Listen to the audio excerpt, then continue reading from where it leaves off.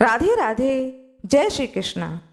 तुलसी वृक्ष न जानिए, गाय न जानिए ढोर, गुरु मनुज न जानिए, ये तीनों नंद किशोर। अर्थात तुलसी को कभी पेड़ न समझे, गाय को कभी पशु न समझे और गुरु को कभी साधारण मनुष्य न समझे, क्योंकि ये तीनों ही साक्षात भगवान रूप हैं। आइए जानते हैं कार्तिक पूर्णिमा वर्ष 2024 में कब मनाया जाएगा। देव दीपावली कब है? हिंदू पंचांग के अनुसार साल का 8वां महीना होता है कार्तिक का महीना। कार्तिक शुक्ल पक्ष की पूर्णिमा तिथि को कार्तिक पूर्णिमा के नाम से जाना जाता है। इस दिन मणिकर्णिका घाट पर स्नान का अत्यधिक महत्व है। इस दिन देव दीपावली मनाई जाती है। पुराणों में वर्णन किया गया है कि सारे देवी देवता तीर्थ स्थानों में आकर के स्नान करते हैं, मान सरोवर में स्नान करते हैं। इसलिए इस दिन तीर्थ स्थानों पर दीप दान करने का अत्यधिक महत्व बताया गया है। गंगा जी के तट पर, यमुना जी के तट पर, त्रिवेणी संगम के तट पर या बनारस के घाट पर, सरयू नदी के घाट पर, इन सभी तीर्थ स्थानों पर दीप दान यथाशक्ति 11, 21, 51, 101 दीपक जला करके दीप दान करना चाहिए। मणिकर्णिका घाट के बारे में कहा जाता है कि देवी सती के कानों का कुंडल इस घाट पर गिरा था, जिसके कारण इस घाट का नाम मणिकर्णिका पड़ा। सबसे पहले इस घाट पर स्नान किया भगवान श्री हरि विष्णु ने, इसलिए इस घाट का महत्व और अधिक बढ़ गया। ऐसी मान्यता है कि जो कोई भी मणिकर्णिका घाट पर स्नान करता है कार्तिक पूर्णिमा पर उसे मोक्ष की प्राप्ति होती है। देव दीपावली के दिन तीर्थ स्थानों में दीप जलाकर, मंदिरों में दीप जलाकर, अपने घरों में दीप जलाकर के इस त्योहार को मनाया जाना चाहिए। आइए जानते हैं यह त्योहार कब मनाया जाएगा।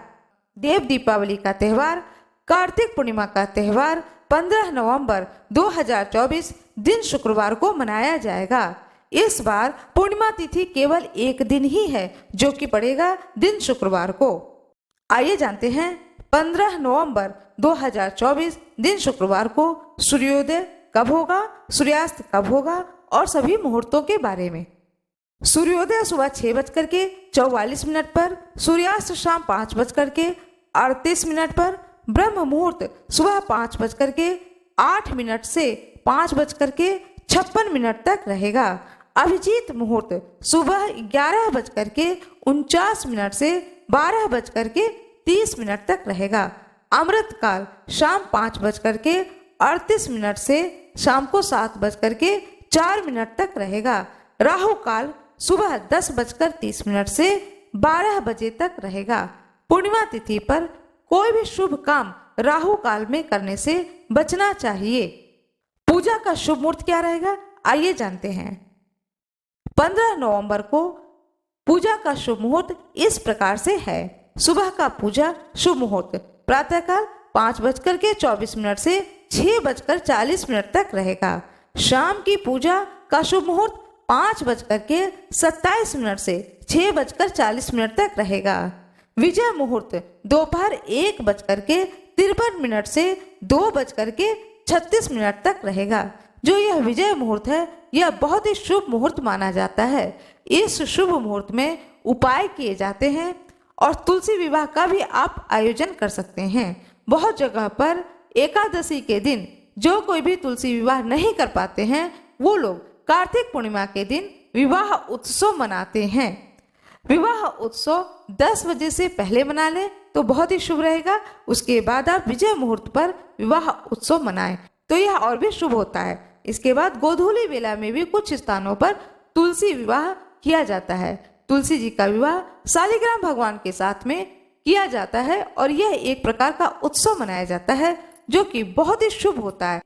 कहा जाता है कि कार्तिक पूर्णिमा के दिन तुलसी विवाह करने से जिन घरों में विवाह कार्य रुके हुए होते हैं उन घरों में विवाह कार्य आरंभ हो जाते हैं। या लड़की हो या लड़का हो, यदि विवाह होने में दिक्कत किसी प्रकार की आ रही है तो उन बच्चों को विवाह उत्सव में अवश्य ही शामिल करें। इस दिन महादेव ने त्रिपुरासुर नामक राक्षस का संहार किया था, इसलिए इसे त्रिपुरी पूर्णिमा भी कहते हैं। इसी तिथि को संध्या के समय भगवान का मत्स्य अवतार हुआ था। इस दिन गंगा स्नान, दीप दान आदि का विशेष महत्व बताया गया है। त्रिदेवों ने इसे महापुनीत पर्व कहा है। इस दिन अगर कृतिका नक्षत्र पर चंद्रमा हो और विशाखा नक्षत्र पर सूर्य हो तो पदम योग होता है, जिसका कि ज्योतिष शास्त्र में बहुत बड़ा महत्व बताया गया है। जो भी स्त्री या पुरुष पूरे कार्तिक मास का स्नान किए हैं, नियम का पालन किए हैं, व्रत को किया है, तो इस पूर्णिमा तिथि पर व्रत उनका पूर्ण हो जाएगा। वो इस दिन उद्यापन कर सकते हैं। इस दिन चंद्रोदय के समय पर भगवान शंकर या संभूति, संतति, प्रीत या माँ अनसुईया, क्षमा, इन कृतिकाओं का पूजन वंदना करने से पुण्य फल की प्राप्ति होती है।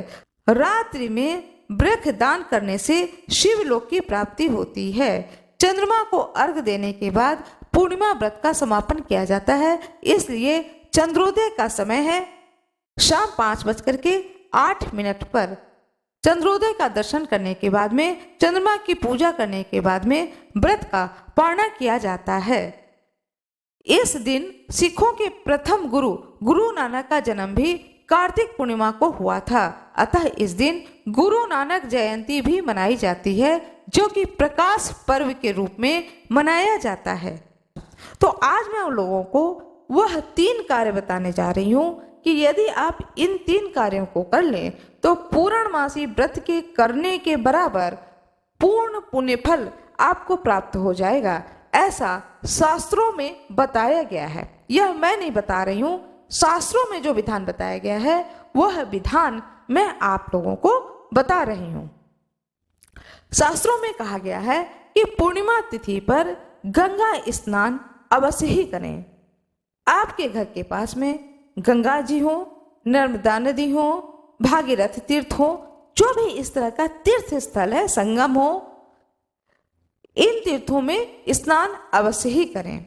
हर एक के बस की बात नहीं है कि वह इन तीर्थों में जाकर के स्नान करे, क्योंकि कई बार ऐसा होता है कि व्यक्ति इन तीर्थ स्थानों से दूर रहता है, तो कैसे जाकर के स्नान कर सकता है? तो इसमें परेशान होने जैसी कोई बात नहीं होती है। ऐसे व्यक्तियों को चाहिए कि वे पूर्णिमा तिथि पर सबसे पहले कार्य करें, ब्रह्म मुहूर्त में जरूर ही उठ जाएं, अपने बिस्तर को छोड़ दें ब्रह्म मुहूर्त में। दूसरा कार्य, नित्य कर्म करने के बाद में जब आप स्नान करें तो अपने नहाने के जल में गंगा जल मिला करके स्नान करें। यदि आप तीर्थ में जाकर स्नान कर ले रहे हैं तब तो बहुत ही अच्छी बात है। यदि तीर्थ में नहीं जा पा रहे हैं तो आप अपने घर में ही इस प्रकार से गंगा स्नान कर लें। पूर्णिमा तिथि पर बाल से नहाएं, अपने पूरे सिर से पानी को डालें और सिर से नहाएं। प्रथम कार्य है ब्रह्म मुहूर्त में उठें, दूसरा कार्य है गंगा स्नान करें, और तीसरा कार्य है सत्यनारायण भगवान की कथा को सुने। यदि आप स्वयं से नहीं कर पा रहे हैं तो मेरे इस गुरु कृपा चैनल पर भगवान श्री सत्यनारायण की कथा कही जाती है, आप इस कथा को सुन सकते हैं। कथा को अवश्य ही सुने। कथा सुनने के बाद में यथाशक्ति दान करें। दान का भी बड़ा ही महत्व बताया गया है।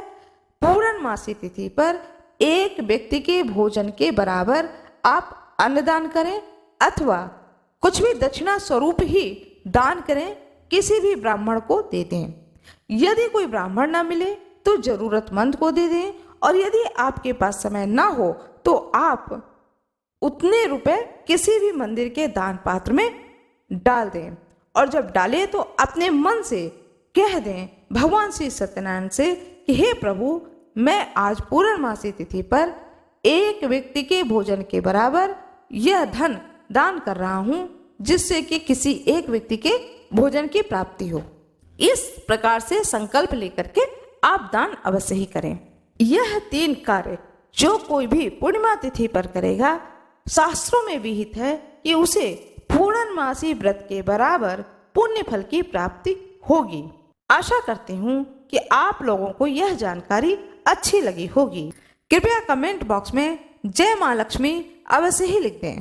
कृपया वीडियो को लाइक करें, चैनल को सब्सक्राइब करें, बेल आइकन दबाना ना भूलें। आप लोगों का बहुत बहुत धन्यवाद।